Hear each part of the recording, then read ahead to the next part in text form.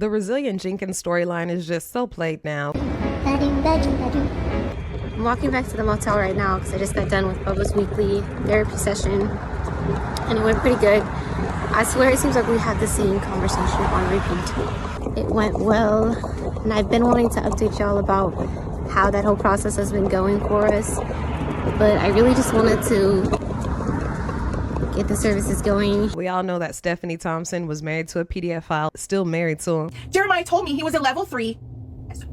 My thoughts raced as I read all the things he'd done. I asked myself if I could spend the rest of my life with someone like him, what a family would mean, what kind of a father he would be, the kind of man Jeremiah is. I thought about the person I went on a date with, the person he seemed to be. One thing was clear to me.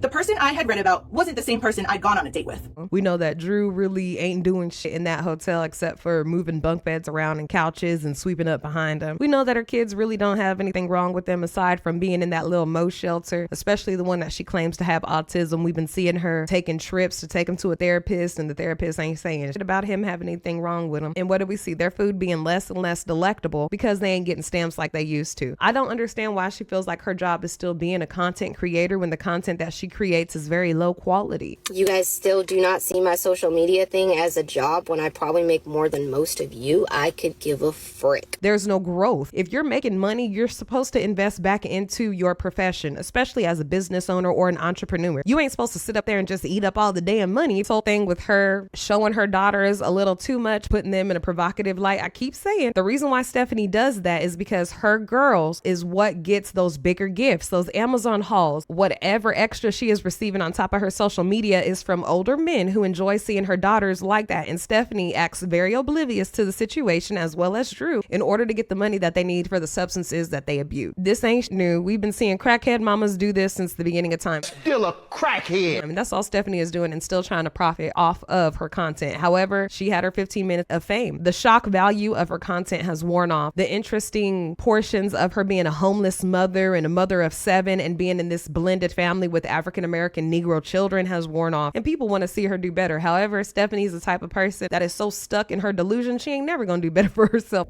So you mean to tell me, all of you women that are on my comments and in my page like, well, my man would never, and my man this, and you talk your man up like he's the best, and that's awesome for you. But if you look back on our content, that was the case for me as well, okay? Because that really was how it was going down. Drew and I, we're doing things cohesively. A situation being postpartum, dealing with living homeless, yeah, it puts some weight on our relationship. But it's for me to decide if I see the change within that man. For her children. And when her children get big enough for them to understand this ain't where I want to be at, Stephanie's going to have a hard time with them identifying their own paths in life and not being directed by her.